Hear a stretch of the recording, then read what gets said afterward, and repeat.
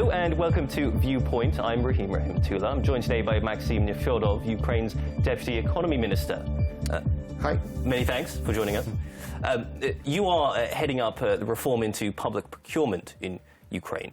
You've been in the ministry for just about a year now. The reforms that you've been heading up have actually been praised as one of the places where we have seen real progress since Ukraine's revolution a couple of years ago. Perhaps just a start, before we get into that, tell us, what is the scope of the problem? What were you facing when you came in? Well, public procurement in reform is basically synonymous to corruption. If you ask any businessman what he thinks of public procurement, he would probably advise you never ever to be a part of it, never ever to submit a bid. By our estimates, no less than 20% of public funds are being siphoned out of the system every year. That's minimum 2 billion euros per year. This is either the result of direct fraud or the result of inefficiency. And that's happening now, even now. This is the figure that we're looking at. This is the figure for the last year, and this is what we want to fight back and to return these 2 billion euros of taxpayers' money to the budget.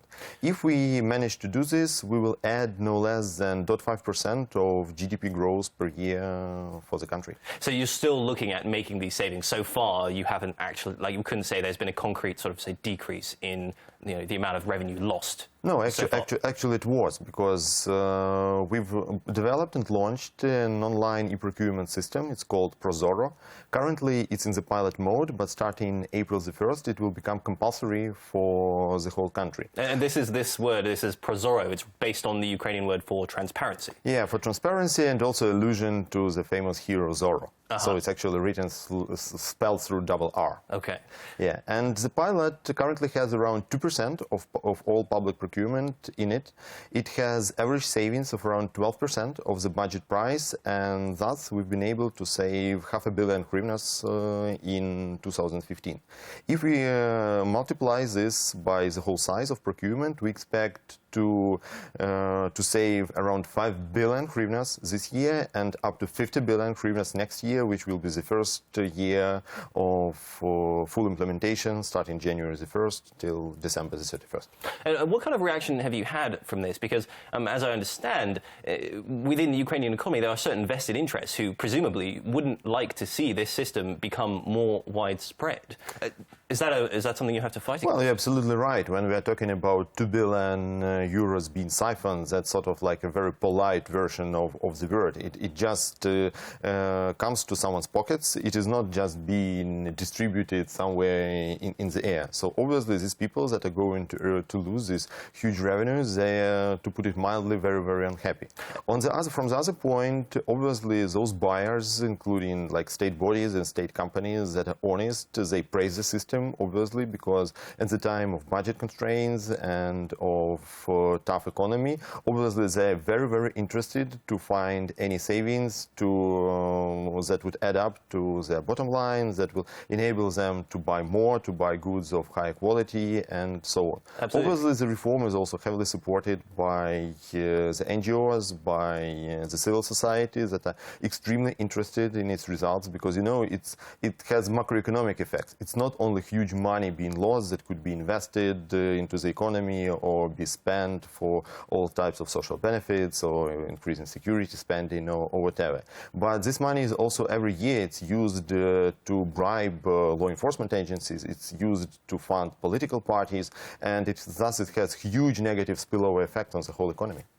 How does, if you can explain in a little more detail, how does this money end up in these so-called black holes? Where is it going? Is it going ultimately to oligarchs? Does it stay in the pocket of bureaucrats and government officials?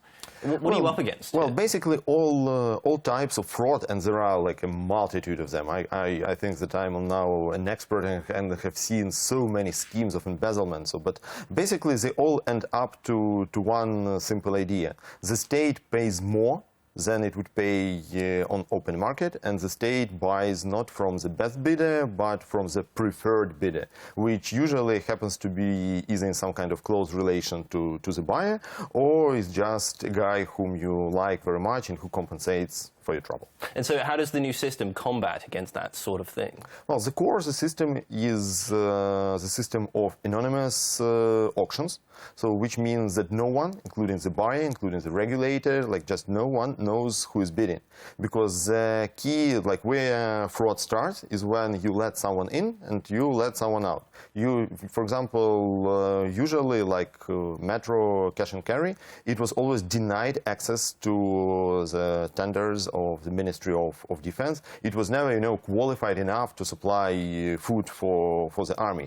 Only some strange, murky companies you've never ever happened before were awarded contracts worth millions and hundreds of millions. And Metro Cash and Carry, this is one of the big Ukrainian-based food suppliers? Well, it's a huge, supermarket. yeah, it's a huge German retailer which has also operations in Ukraine as well as I think almost all over the world. So I mean, a hugely reputable country. I mean, anyone could see that this would be perhaps a preferred supplier. Should be. Yeah. And actually, like only yesterday, like Metro has won its first ever tender in Ukraine because it couldn't be denied access and because the choice was done not by some people who are going to collect in the room and decide between themselves and okay, we like you, so we'll give a contract to you, or probably we don't like you, but you can do something so that we like you. Yes. And the system just awards the contract to the best offer, to the lowest price, or to the best offer in terms of price and quality if this is a tender with non-price criteria.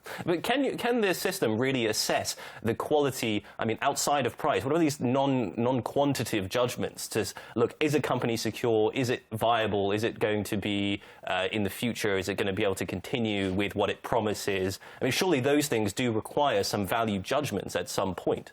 Our idea is to check it automatically against registers. So this means that you don't need to produce some kind of a slip of paper which shows that your company isn't bankrupt, that you have a balance sheet of this, that you have a bank account of this, and here are some kind of responses from my previous clients. The system just automatically checks you against registers of the Ministry of Justice to see that the company is valid, it's not in the state of bankruptcy, and so on.